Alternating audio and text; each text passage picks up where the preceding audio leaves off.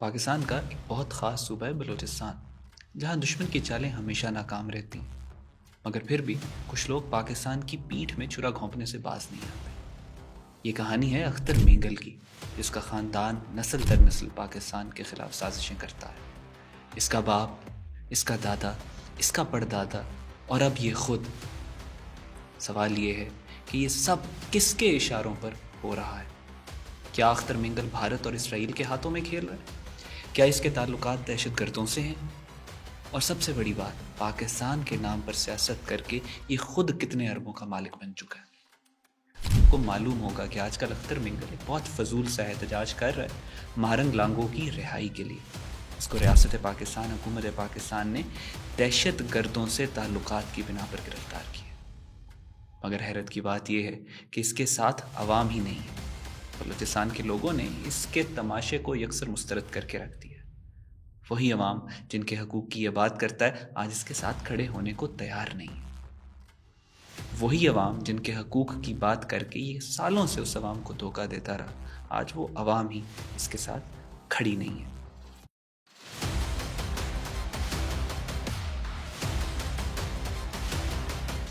بلوچستان کی تاریخ کو اگر دیکھا جائے تو بنیادی طور پر پاکستان بننے سے پہلے بلوچستان دو حصوں میں تقسیم تھا۔ ایک وہ حصہ تھا جو براہ راست برطانوی راج کے زیر اثر تھا، اور دوسرا وہ علاقہ تھا جو خان آف کلات اور دیگر سرداروں اور نوابوں کی سربراہی میں چند مخصوص پرنسلی سٹیٹس پر مشتمل تھا۔ یہ وہ وقت تھا جب پاکستان کا وجود نہیں تھا، نہ کوئی پاک فوج تھی، نہ کوئی حکومت تھی، نہ کوئی ریاست تھی۔ اس دور میں خان آف کلات بلوچستان کے بہت بڑے لیڈر سمجھے جاتے تھے، جو کہ نہ صرف ایک سچے نظریاتی مسلمان تھے بلکہ بلوچستان کے خیر خواہ اور عوام کے ہمدرد بھی تھے۔ عوام کو ان سے محبت تھی، ان کو عوام سے محبت تھی، اور وہ اپنے لوگوں کے حق کے لیے کھڑے بھی ہوتے تھے اور ان کے لیے ہر محاذ پر جدوجہد کرتے تھے۔ خان آف کلات نے عالمی حالات، جغرافیائی سیاست اور اس وقت کی جیو پالیٹکس کو دیکھتے ہوئے بلوچستان کے مستقبل کو مد نظر رکھتے ہوئے بہت اہم فیصلے کیے۔ لیکن انہی دنوں ایک سازش کی خبریں سامنے آئیں، ایک ایسا ناپاک منصوبہ جس میں ریاست کلات کے اندر موجود ایک شخص انگریزوں اور کانگریسی ہندوؤں کے ساتھ مل کر خان آف کلات اور بلوچستان کی عوام کے خلاف غداری، بغاوت اور سازش کا ایک کھیل کھیل رہا تھا۔ جیسے ہی خان آف کلات کو اس سنگین سازش کی اطلاع ہوئی، انہوں نے فوری طور پر تحقیقات کا حکم دیا۔ بہت گہری چھان بین کی گئی اور ایک غدار کا نام سامنے آیا جس کا نام سردار رسول بخش مینگل تھا۔ جرم ثابت ہونے کے بعد بلوچستان کے روایتی قوانین کے مطابق اسے ریاست کلات سے ذلیل اور رسوا کر کے نکال دیا گیا، اور یہ شخص فرار ہو کر بیلا، جو کہ لسبیلا کی ریاست میں ایک جگہ ہے، وہاں پر جا کے چھپا۔ اس وقت لسبیلا ایک آزاد ریاست، ایک پرنسلی سٹیٹ تھی، اور وہاں کے جام، وہاں کے جو رولرز ہیں، انہوں نے اس کو رشتہ داری کی بنا پر فیور کیا اور اس کو وہاں پہ پناہ دی۔ لیکن کہانی یہاں پہ ختم نہیں ہوتی۔ یہی رسول بخش مینگل عطا اللہ مینگل کا باپ تھا، اور یہی اختر مینگل کا دادا تھا۔ یعنی غداری، ملک دشمنی، اسلام دشمنی اس خاندان کی رگوں میں خون بن کر دوڑ رہی ہے۔ جب سردار رسول بخش مینگل بلوچستان کی عوام اور بلوچستان کی پیٹھ میں چھرا گھونپ رہا تھا، اس وقت تو کوئی پاک فوج نہیں تھی، اس وقت پاکستان نہیں تھا، اس وقت تو کوئی مسنگ پرسن کا پروپیگنڈا نہیں تھا، اس وقت تو کوئی نام نہاد ہیومن رائٹس ایکٹیوسٹ ماما قدیر نہیں تھا، اس وقت تو کسی مہرنگ بلوچ کو گرفتار نہیں کیا گیا تھا، مگر یہ شخص پھر بھی غدار تھا، اور آج اس کی گندی نسل اسی راہ پر چل رہی ہے۔ اختر مینگل پاکستان اور مسلمانوں کا غدار ہے۔ وہ دشمنوں کے اشارے پر ناچتا ہے، پاکستان کو نقصان پہنچانے کی سازشیں کرتا ہے، اور اپنے اجداد کی غداری، اپنے باپ، دادا، پردادا کی غداری پر فخر محسوس کرتا ہے۔ اس کا دادا غدار، اس کا باپ غدار، اس کا بیٹا غدار، یہ خود غدار، حتیٰ کہ اس کا پردادا بھی غدار تھا۔ جی ہاں، یہ بات بہت کم پاکستانیوں کو معلوم ہے۔ ہم آپ کو اختر مینگل، اس کے باپ عطا اللہ مینگل اور اس کے دادا رسول بخش مینگل کے بارے میں تو تفصیل سے بتا چکے ہیں، مگر آپ لوگوں کو معلوم ہے کہ اس کے خاندان میں غداری کا سلسلہ بہت پیچھے تک جاتا ہے۔ اختر مینگل کا پردادا میر رحیم خان مینگل انگریزوں کا پالتو تھا اور بلوچ قوم کا غدار تھا۔ اسی رحیم خان مینگل نے انگریزی سرکار کی ایما پر بلوچستان کے فخر اور مینگل قبیلے کے دو عظیم حریت پسند تحریک آزادی کے مجاہدین یعنی نورا مینگل اور سردار نور دین خان مینگل کو گرفتار کرنے میں برطانوی سامراج کا ساتھ دیا۔ اپنی اس خدمت اور بلوچ عوام سے غداری کے عوض انگریزی سرکار نے نہ صرف اسے سردار بنایا بلکہ خان بہادر کا خطاب بھی دیا، مگر اس کی یہ سرداری تھوڑے عرصے ہی رہی اور غیور مینگل قبائلیوں اور بلوچ عوام نے جلد ہی اس غدار کو اس کی غداری کی سزا دیتے ہوئے موت کی گھاٹ اتار دی۔ مگر یہ غدار انگریزوں کو اتنا پیارا تھا کہ انہوں نے اس کی موت کا بدلہ لینے کے لیے لیفٹیننٹ کرنل رامزے کی قیادت میں ایک پوری فوج کو ودھ کے چھوٹے سے قصبے میں بھیجا اور مینگل قبائلیوں اور دیگر بلوچی عوام کو بدترین استحصال کا نشانہ بنایا۔ انہیں قتل کیا، ان کا مال لوٹا، ان کی زمینوں اور جائیدادوں کو چھین کر میر رحیم خان مینگل کے خاندان میں تقسیم کیا۔ آج یہ بلوچ عوام کا بڑا خیر خواہ بنتا ہے۔ اگر یہ واقعتاً بلوچ عوام کا خیر خواہ ہوتا تو ابھی تک اپنی یہ تمام دولت اور جائیداد ان قبائلیوں کے حوالے کر چکا ہوتا جن سے چھین کر 7 سمندر پار سے آئی ہوئی قابض فوج نے اس کے خاندان کو دی تھی۔ یہ ہے اس کے خاندان کی حقیقت، یہ ہے وہ سچ جو ہر پاکستانی کو پتہ ہونا چاہیے۔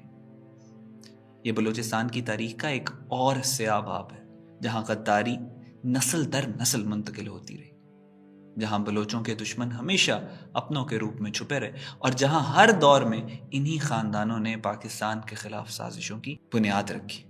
بلوچ حریت پسندوں اور خان آف کلات کے خلاف بغاوت کرنے والے غدار کو بلوچستان کے روایتی قوانین کے مطابق ریاست کلات سے نکال دیا گیا، یعنی ہم رسول بخش مینگل کی بات کر رہے ہیں، اور اسے ذلت کے ساتھ لسبیلا بھیج دیا گیا۔ پورے بلوچستان میں اس شخص کے خلاف نفرت تھی۔ خان آف کلات اور ان کے وفادار عوام اس کے دشمن تھے۔ وقت گزرتا گیا اور پھر اس غدار کا بیٹا عطا اللہ مینگل بڑا ہو کر سامنے آیا۔ اس نے اپنی پرانی خاندانی مکاری کا مظاہرہ کرتے ہوئے خان آف کلات کے قریبی لوگوں کو بیچ میں ڈالا اور معافی تلافی کر کے دوبارہ وڈ کے علاقے میں آ کر اپنے خاندان کے ساتھ آباد ہوا۔ بلوچ عوام کی سادہ دلی کا فائدہ اٹھاتے ہوئے کچھ سرداروں نے اس کی گارنٹی بھی دی کہ یہ اپنے باپ کی طرح غدار ثابت نہیں ہوگا۔ اسے وڈ میں آنے کی اجازت دی گئی، لیکن تاریخ نے ثابت کر دیا کہ یہ فیصلہ ایک سنگین غلطی تھی۔ عطا اللہ مینگل باپ سے بڑا غدار ثابت ہوا۔ جس طرح آج اختر مینگل کو CIA اور را کی پشت پناہی حاصل ہے، اسی طرح اس وقت سوویت یونین نے عطا اللہ مینگل کو کھلم کھلا سپورٹ کرنا شروع کر دیا۔ بے تحاشا فنڈز آنا شروع ہو گئے، دشمنوں نے خزانوں کے دروازے ان کے اوپر کھول دیے اور بلوچستان میں پاکستان کے خلاف سازشوں کا ایک نیا سلسلہ شروع۔ اختر مینگل کا باپ عطا اللہ مینگل کیونکہ ایک نسلاً غدار تھا، لہٰذا پاکستان کے دشمن اس بات کو اچھے طریقے سے جانتے تھے۔ وہ اچھے طریقے سے جانتے تھے کہ ان کی قیمت چند کوڑیوں سے زیادہ نہیں ہے۔ سوویت یونین اور بھارت نے چند سکوں کے عوض اس غدار کو خریدا اور پاکستان کے خلاف ان کرائے کے قاتلوں اور بلوچ قوم کے غداروں کو استعمال کرتے ہوئے اعلان جنگ کر دیا۔ سوویت یونین اور بھارت نے فوراً اسے اپنا اعلیٰ کار بنا لیا۔ یہی وہ پرانا طریقہ تھا جو CIA، را، موساد، KGB اور دنیا کی دیگر جاسوس ایجنسیاں استعمال کرتی رہی ہیں پاکستان کے خلاف۔ سیاسی انارکسٹ کو تلاش کرو، انہیں فنڈنگ دو اور اپنے مقصد کے لیے ان کا استعمال کرو۔ بلوچستان میں یہ موقع پرستی انہیں اختر مینگل کے خاندان کے اندر آسانی سے مل گئی۔ 1972 میں عطا اللہ مینگل نے اپنی اداکاری سے خان آف کلات کو دھوکہ دینے کے بعد پورے پاکستان کو بھی بیوقوف بنایا۔ یہ بلوچستان کا وزیر اعلیٰ بن گیا، مگر مقصد صرف ایک تھا، ریاست کے خلاف جنگ۔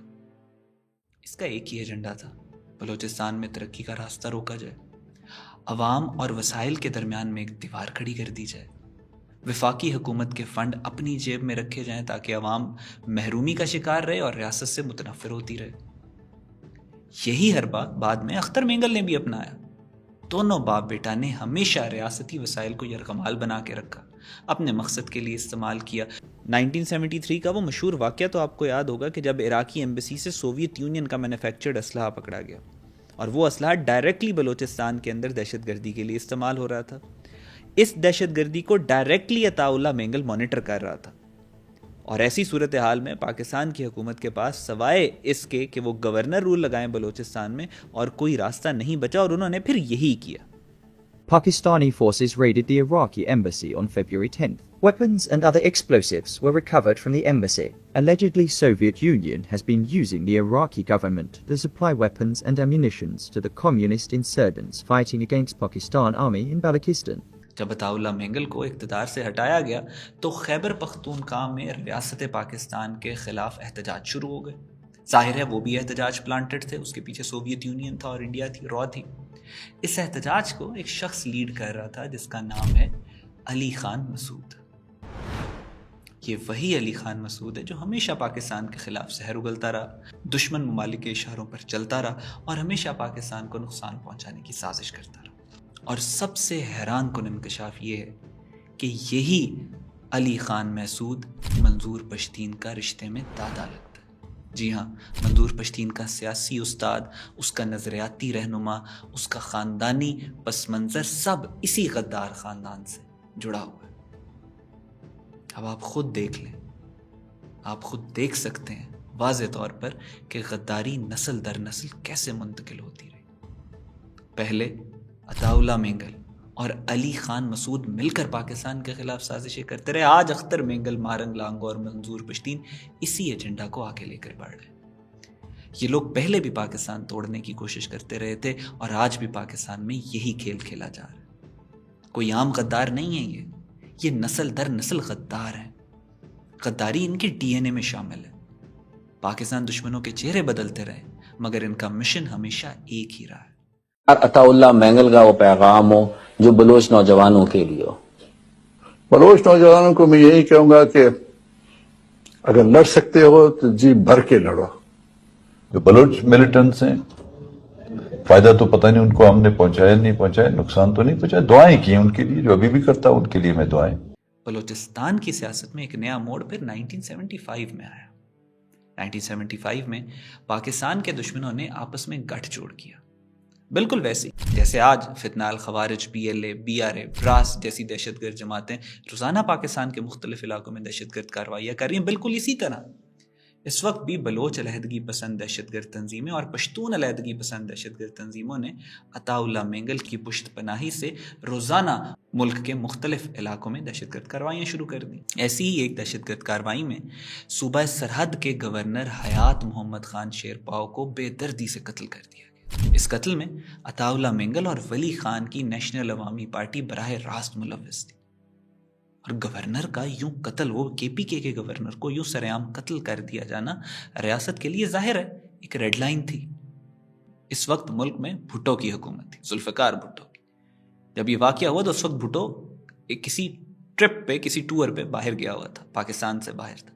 اس نے وہ اپنا دورہ منسوخ کیا، فوراً پاکستان آیا اور آتے ہی سب سے پہلے اس نے نیشنل عوامی پارٹی کے اوپر پابندی لگا دی. عطاءاللہ مینگل اور اس کی جماعت کو بینڈ ٹیررسٹ آؤٹ فٹ، ایک پروسکرائبڈ آرگنائزیشن قرار دیا. بلوچستان کی سیاست میں کئی دہائیوں سے غداری کا ایک مستقل کردار رہا ہے. اختر مینگل آج اسی کہانی کا مرکزی کردار بنا ہوا ہے جو پاکستان کے خلاف سیاسی، عسکری اور نفسیاتی جنگ کر رہا ہے. آج کی جدید جنگوں میں یہ جو ماڈرن وارز اس وقت دنیا میں لڑی جا رہی ہیں، دشمن ممالک کسی بھی ریاست کو تباہ کرنے کے لیے براہ راست انویژن سے پہلے اندرونی انتشار، کیوس، انارکی، علیحدگی پسندی اور دہشت گرد گروہوں کی پشت پناہی کے ذریعے ملک کو کمزور کرتے ہیں، اس کے بارڈرز کو سافٹن اپ کرتے ہیں. بارڈر کو سافٹن اپ کرنے سے مراد یہ ہے کہ ملک میں اتنا کیوس لے کے آؤ کہ فوج پولیس کی ڈیوٹیز کرنے میں بارڈرز کو چھوڑ کے ملک کے اندر آ جائے.